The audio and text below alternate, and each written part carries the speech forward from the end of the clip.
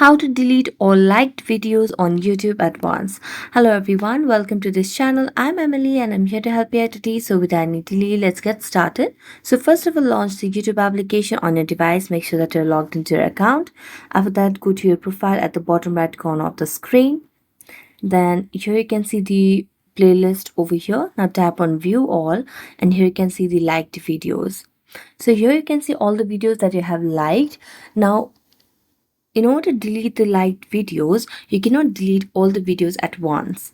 So all you have to do is, as you can see on every video, on the top you can see the three dotted lines. Tap on it and then you can see the option of remove from liked videos. Now tap on it and there you go. You have removed or deleted the liked videos on YouTube.